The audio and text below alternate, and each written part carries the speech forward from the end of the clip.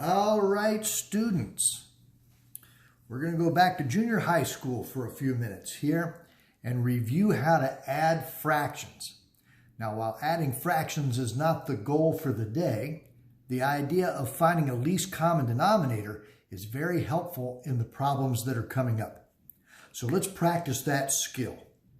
If I want to add 3/5 plus 1/2, I know I must have a common denominator in order to add those fractions.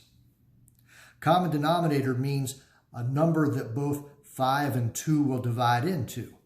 And the least common denominator means to find the smallest number that both 5 and 2 can divide into. Well, I know that 5 and 2 both divide into 10. And 10 is the smallest number that 5 and 2 will both divide into. Now, to get my numerators, here's the process. What do you multiply times 5 to get 10? Is 2. Then I'll multiply the top by the same value of 2. What do you multiply times 2 to get 10? Is 5. Then I'll multiply the top by the same value of 5. Now keep the common denominator. Add up the numerators. 11/10 is what you get when you add 3/5 plus 1/2. Let's try that again. I'd like to add 1/6 plus 2/5. To add fractions, I've got to have a common denominator. Can I think of a number that 6 and 5 both divide into evenly? Well, one way to get the common denominator is to multiply these two numbers together. 6 times 5 is 30. And 30 is also the smallest number that 6 and 5 both divide into evenly. Let's get those numerators. What do you multiply times 6 to get 30? Is 5.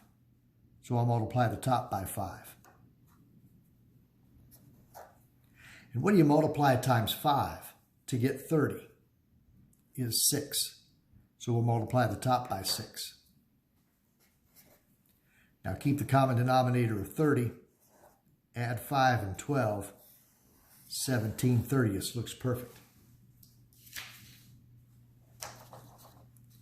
Let's try one with 3 fractions. I need a common denominator for all 3 fractions. One number that 5, 3, and 3 can all divide into. Well, I know 5 and 3 both divide into 15. To get my numerators, what do you multiply times 5 to get 15? Is 3. And what do you multiply times 3 to get 15? Is 5. Finally, what do you multiply times 3 to get 15? 5 again. Now we'll keep the common denominator of 15 and add up 3 plus 5 plus 10.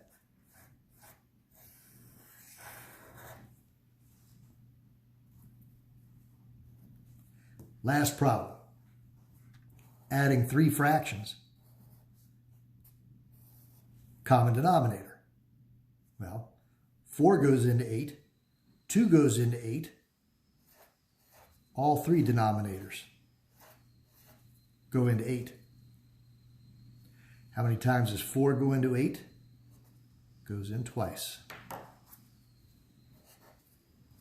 How many times does 8 go into 8? It goes in once. And how many times does 2 go into 8? Goes in 4 times. Now keep that common denominator of 8. 2 plus 3 is 5, plus 4 is 9. All right, your turn. Go practice a couple of problems and then meet me back here.